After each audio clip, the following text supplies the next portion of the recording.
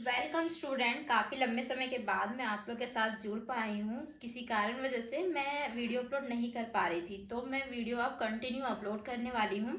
तो हम लोग पढ़ रहे थे क्या, पेपर 11 पढ़ रहे थे सेमेस्टर 5 में, जो कि चैप्टर 1 और चैप्टर 2 हम करवा चुके थे। देन अब हम लोग ना चैप्टर 3 करेंगे, जो कि क्या है, तो है हमारा double and triple integral chapter है। ठीक है, तो मतलब क्या हुआ, इंटीग्रल मतलब समझ में आता है, इंटीग्रेशन इस तरीके से इंटीग्रेशन होती है। दिस वन ऐसे इंटीग्रेशन का इंडिकेशन होता है। तो डबल एंड ट्रिपल मतलब डबल मतलब दो इंटीग्रेशन होगा तो कैसे सॉल्यूशन करेंगे, एंड ट्रिपल इस तरीके से तीन इंटीग्रल रहेगा तो कैसे सॉल्यूशन होगी हमारी। एंड यहाँ जो बोला जाता है, यहाँ से दिया हुआ रहेगा लिमिट पॉइंट बोला जाता है। This one the limit point, A और बी जो हो गया वो लिमिट पॉइंट हो गया। ठीक है, सी और डी रहा तो लिमिट पॉइंट है। ठीक है, इस तरीके से लिमिटिंग पॉइंट इसे बोला जाता है। And this one is the integral.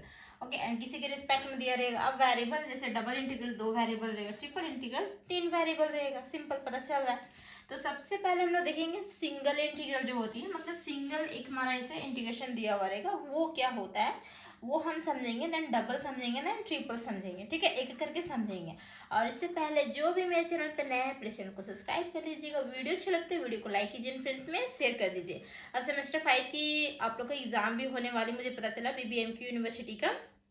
तो आप लोग अच्छे से तैयारी कीजिए। ठीक है, इंपॉर्टेंट क्वेश्चन की टेंशन मत लीजिए, इंपॉर्टेंट क्वेश्चन हम देंगे ही देंगे, विद सॉल्यूशन के साथ देंगे। तो चलिए इस चैप्टर को स्टार्ट करते हैं, इरेज कर देते हैं। देखिए सिंगल इंटीग्रल क्या होती है वो हम थोड़ा सा समझाते हैं। ठीक है, सिंगल इंटीग्रल, तो इसमें जो हमारा होगा वेरिएबल, जो भी फंक्शन होंगे वो क्या होंगे, सिंगल फंक्शन होंगे। तो यहाँ पे लिखेंगे let y equal to F of x. तो ये हमारा क्या है, सिंगल वेरिएबल का फंक्शन है हमारा। ठीक, तो let y equal to F of x be a function, be a function. We define the integral, इसको अगर हम लोग we define the integral, integral में डिफाइन करेंगे तो किस तरीके से करेंगे, तो देखिए इस तरीके से इंटीग्रेशन होगी। एंड ये जो टर्म है, यहाँ जो टर्म रहेगा वो यहाँ पे अंदर में आ जाएगा, एफ ऑफ एक्स। ठीक है, जो भी वैल्यू यहाँ पे दी हुई देखिए, दिस वन, ये इसी का इंटीग्रेशन हमें करना होगा। ओके, एंड यहाँ पे जो होती है वो लिमिटिंग पॉइंट कुछ होगी कहीं से कहीं तक, मतलब ए से बी या सी से डी, 2 से 3 ऐसा कुछ दिया हुआ रहेगा।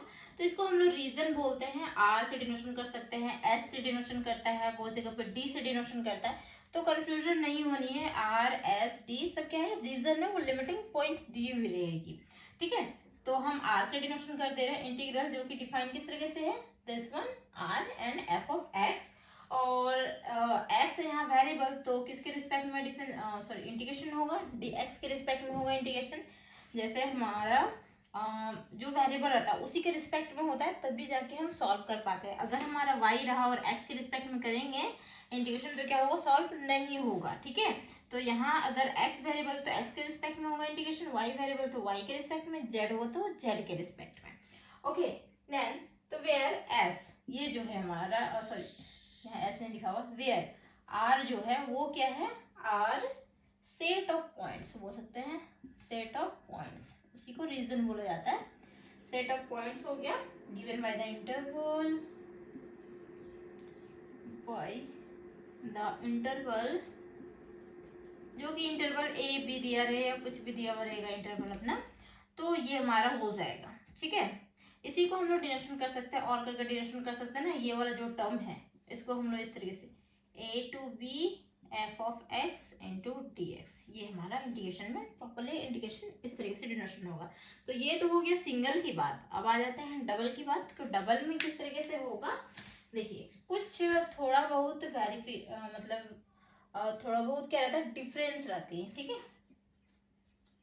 वैरी करता है डबल इंटीग्रल। डबल इंटीग्रल में क्या होता है, इसमें क्या होगा कि दो हमारा रहेगा, है ना, दो वेरिएबल रहेंगे हमारे पास।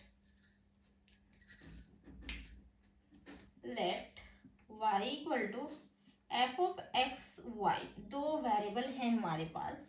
बी अ फंक्शन, सेम उसी तरीके से लिख देते हैं, be a function which define the integral integral को किस तरीके से डिफाइन करेंगे, तो देखिए यहाँ पे हमें डबल देना होगा, दो वेरिएबल है, डबल देना होगा, रीजन आर रहने देते हैं। यहाँ जो होगा एफ ऑफ एक्स वाई होगा।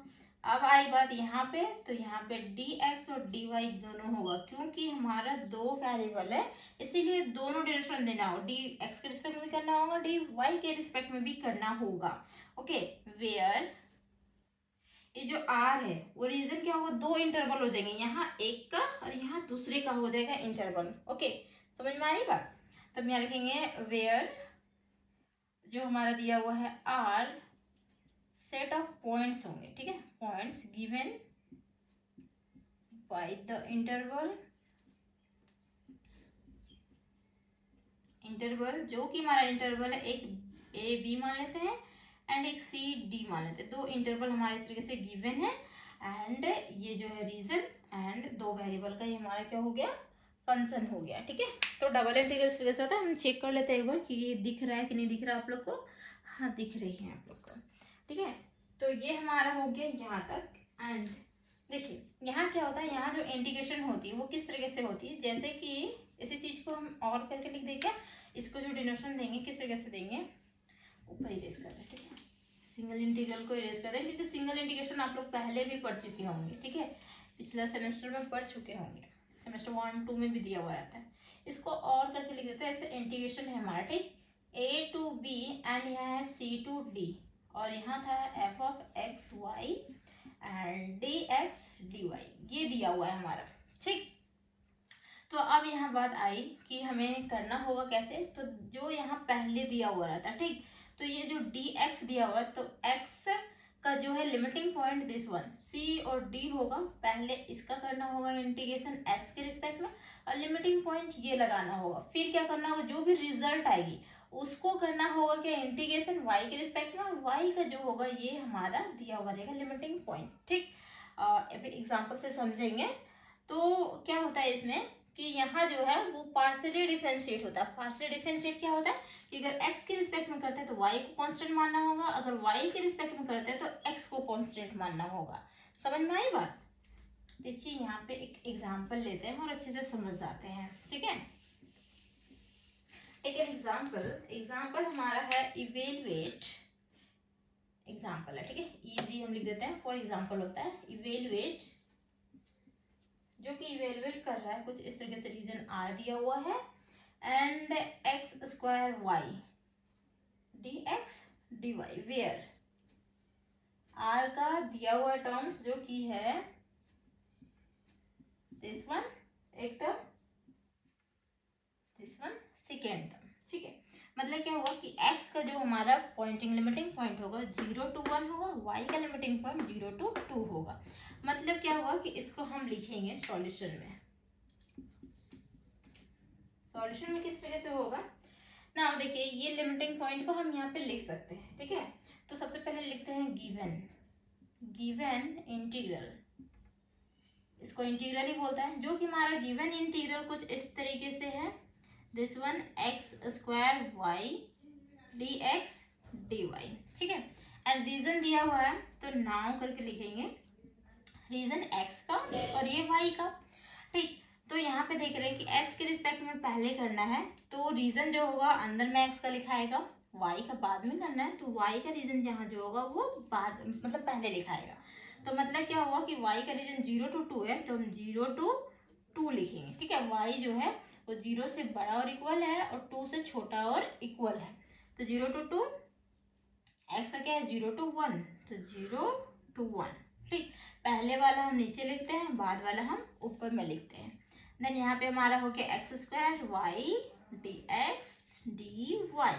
ठीक है, देन देखिए इसको सॉल्व करना है तो ये x के रिस्पेक्ट में ही सॉल्व करेंगे, y जो होगा वो कांस्टेंट टर्म ट्रीट करेंगे, तो ये टर्म को तो हम एज इट इज ऐसे रखेंगे, इसमें कोई छेड़खानी नहीं होगा। इसको सॉल्व कर रहे हैं तो y को हम कांस्टेंट रखे, एक्स स्क्वायर का इंटीग्रेशन क्या होता है एक्स क्यूब होता है, this one x cube by में क्या हो जाएगा हमारा 3 हो जाएगा। ठीक है, ये हमारा कांस्टेंट है एंड इसमें जो है लिमिटिंग जो दिया हुआ है इसमें आ जाता है जो कि होगा 0 1 और ये d y as it is ऐसे ही रह जाएगा। क्लियर। देन तो देखिए यहाँ पे क्या होता है कि ये जो इसको कैसे सॉल्व करते हैं, तो ये जो वैल्यू है ये हम x के पास लिखेंगे माइनस ये वैल्यू फिर हम x के पास लिखेंगे। मीन्स ये हुआ 0 to 2 और ये y हमारा एज इट इज है।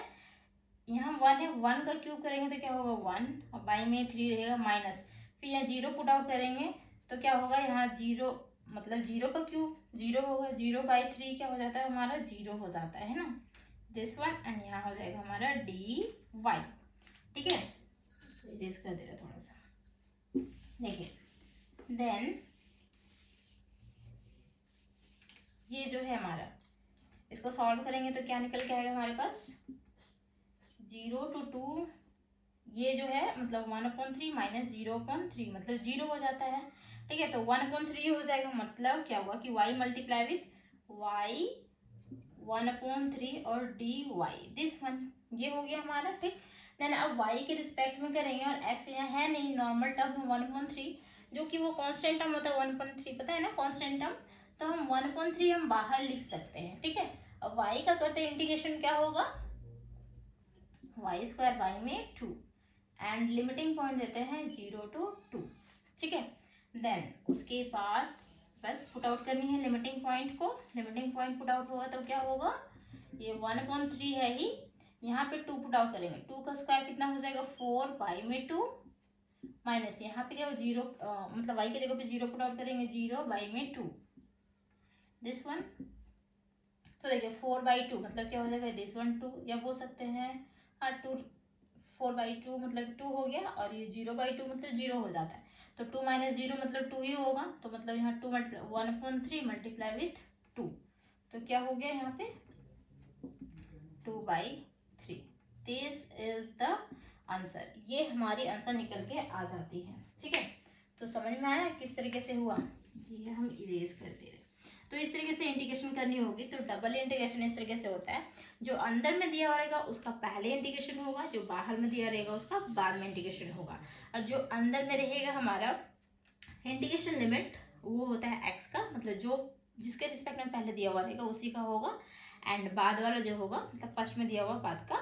तो एग्जाम्पल से उम्मीद है बहुत अच्छे से समझ में आया होगा, है ना। डबल इंटीग्रेशन किस तरीके से करते हैं, सिंगल इंटीग्रेशन आता ही नहीं एग्जाम में, डबल और ट्रिपल इंटीग्रेशन ही आएगा। तो थैंक यू सो मच यहाँ तक बने रहने के लिए, चैनल को जरूर सब्सक्राइब करके जाइएगा। वीडियो थोड़ी सी भी हेल्पफुल हो तो प्लीज़ शेयर कर दीजिएगा। Thank you.